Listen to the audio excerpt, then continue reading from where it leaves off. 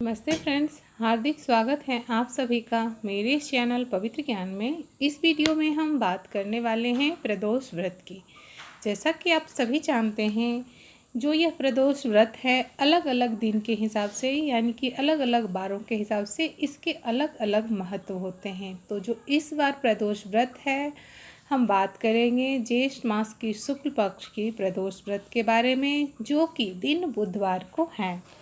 शास्त्रों के अनुसार प्रदोष व्रत के करने से व्यक्ति के जीवन के सारे कष्ट दूर हो जाते हैं। इस व्रत को करने से भगवान शिव की कृपा सदैव आप पर बनी रहती है। दोस्तों, इस प्रदोष व्रत में भगवान शिव और माता पार्वती की आराधना की जाती है। प्रदोष व्रत हिंदू धर्म में सबसे शुभ और सबसे महत्वपूर्ण व्रतों में से एक कहा गया है, बताया गया है। इसको प्रदोष व्रत में भगवान शिव की और साथ साथ माता पार्वती की भी उपासना का विधान है।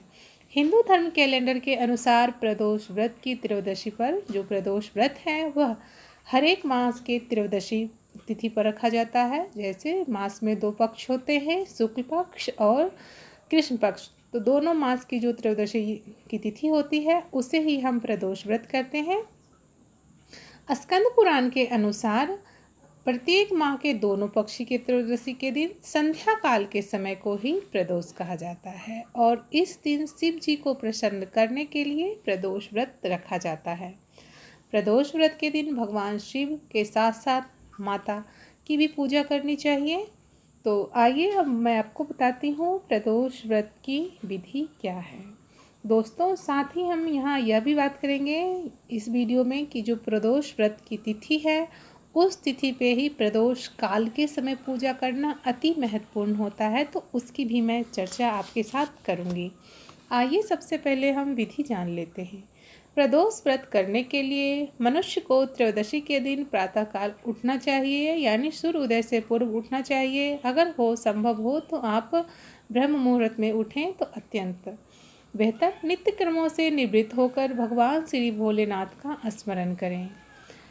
इस दिन पूरे दिन आहार नहीं लिया जाता है। जब आप नहा धो के निवृत्त होए तो व्रत का संकल्प अवश्य लें। हाथ में गंगा जल और पुष्प लेकर संकल्प लें। पूरे दिन उपवास रखें और शाम का जो समय हो 1 घंटा पहले ही आप नहा धोकर श्वेत वस्त्र धारण करें, पूजा स्थल पर बैठें।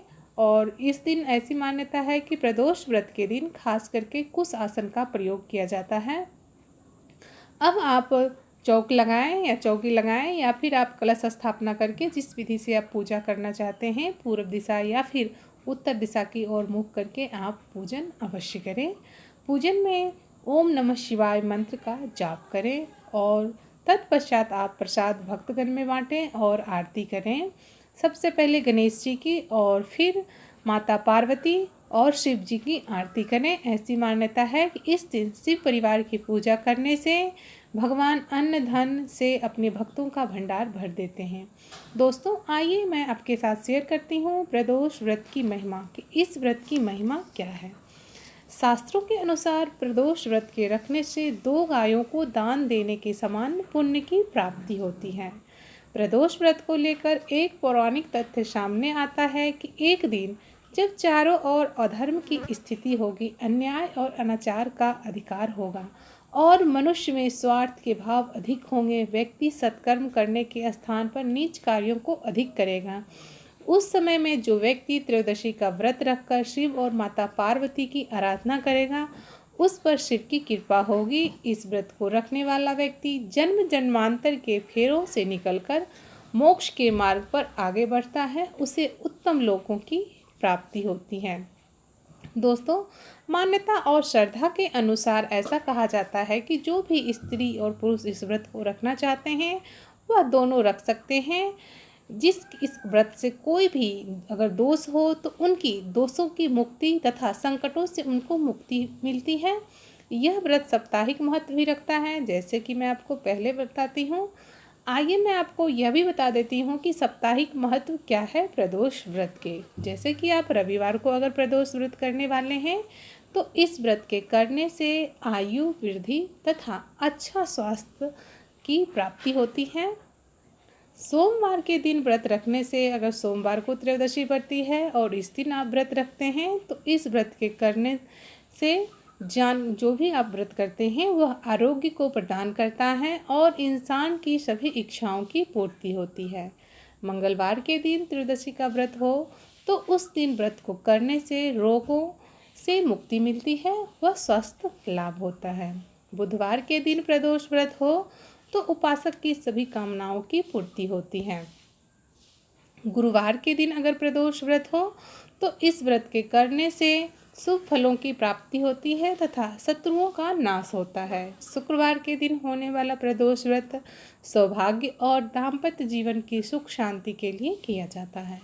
संतान प्राप्ति की कामना हो तो शनिवार के दिन पड़ने वाले व्रत को करना उत्तम माना गया है। अपने उद्देश्यों को ध्यान में रखते हुए जब प्रदोष व्रत किए जाते हैं तो व्रत से मिलने वाले फलों में वृद्धि अवश्य होती है। आइए दोस्तों, हम उद्यापन की बात करते हैं कि प्रदोष व्रत अगर आप कर रहे हैं तो उसका उद्यापन किस प्रकार से किया जाए। इस व्रत को 11-26 की त्रयोदशी तक रखा जाता है, यानी जब आपने व्रत शुरुआत की है तो आप 11 व्रत रखें या 26 व्रत रखें, तत्पश्चात ही आप उद्यापन करें। व्रत का उद्यापन त्रयोदशी तिथि पर ही करना चाहिए। उद्यापन से एक दिन पूर्व ही श्री गणेश की पूजन किया जाता है। पूर्व रात्रि में कीर्तन करते हुए जागरण किया जाता है। प्रातः जल्दी उठकर मंडप बनाएं। मंडप को वस्त्रों और रंगोली से सजाकर तैयार किया जाता है। उमा महिमा सहित शिवाय नमः मंत्र का एक माला यानी 108 बार जाप करते हुए हवन किया जाता है।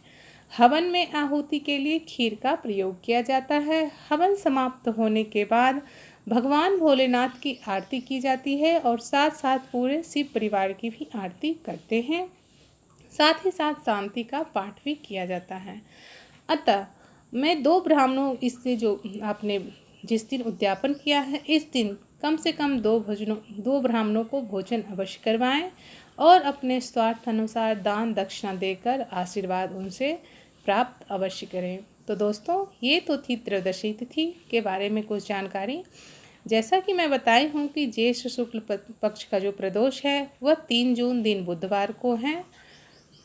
प्रदोष तिथि की शुरुआत 3 जून को सुबह 9:05 से शुरू हो जाएगी और 4 जून 6:06 तक रहेगी। प्रदोष समय 3 जून को शाम 7:05 से 9:13 तक रहेगा। दोस्तों, यह 7:05 से 9:13 का जो समय है, यही समय बुधवार के दिन प्रदोष समय कहलाएगा, प्रदोष काल कहलाएगा। इस काल में आप पूजा अर्चना करते हैं, शिव परिवार की महिमा का गुणगान करते हैं तो आपको अत्यंत लाभ मिलेगा। उम्मीद करती हूँ फ्रेंड्स कि मेरे द्वारा दी गई जानकारी आपको बेहद पसंद आई होगी। अगर वीडियो पसंद आए तो लाइक, शेयर एंड सब्सक्राइब जरूर करें। Thanks for watching. Goodbye and take care friends.